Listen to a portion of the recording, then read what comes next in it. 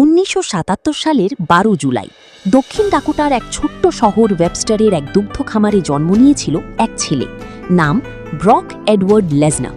তার বাবা মা রিচার্ড আর স্টেফানির দুগ্ধ খামারে সকাল থেকে রাত পর্যন্ত কাজ করতেন। ভাই বোনদের সাথে সেই খামারেই বড় হয়েছে ব্রক। কঠোর পরিশ্রম, মাটির গন্ধ আর অসীম শক্তি, এটাই ছিল তার প্রথম স্কুল। ছোটবেলা থেকেই রেসলিংয়ের প্রতি আকর্ষণ।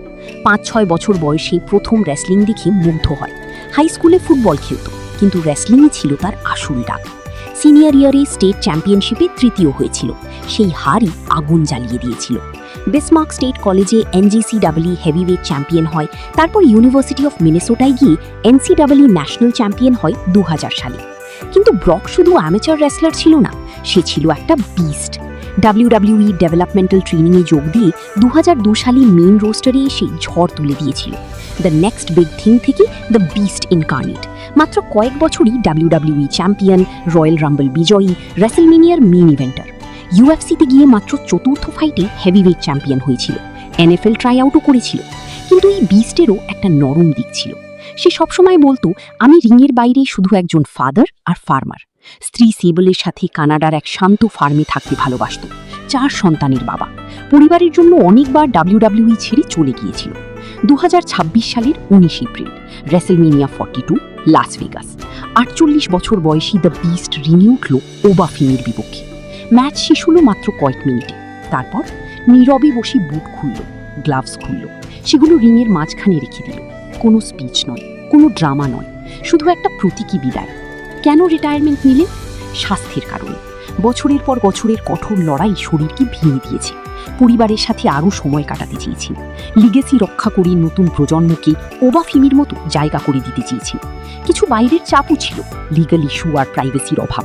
ব্রক কখনোই লাইমলাইটে থাকতে চায়নি, সে চেয়েছে শান্ত জীবন। তার ক্যারিয়ারে অনেক অজানা তথ্য আছে যা ফ্যানরা হয়তো জানে না। ছোটবেলা তাকে বন্ধুরা ব্রকলি বলে ডাকত। আর্মি ন্যাশনাল গার্ডে যোগ দিয়েছিল, কিন্তু কালার ব্লাইন্ডনেসের কারণে অফিস জব করতে হতো। WWE ছেড়ে NFL-এ ট্রাই আউট দিয়েছিল মিনেসোটা ভাইকিংসের জন্য, কিন্তু কাট হয়ে যায়।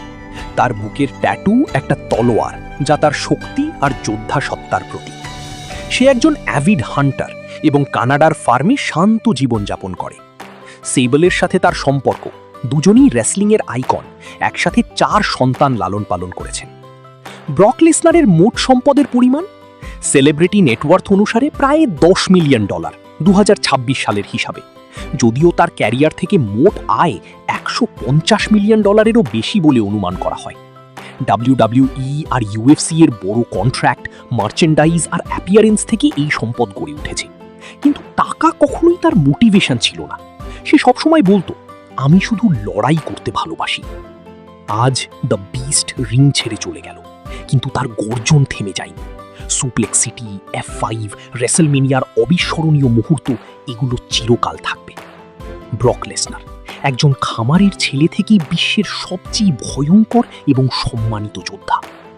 তুমি রিংয়ে না থাকলেও আমাদের হৃদয়ে সবসময় হিয়ার কামস দ্য পেন বাজবে। Thank you Brock. The beast is eternal.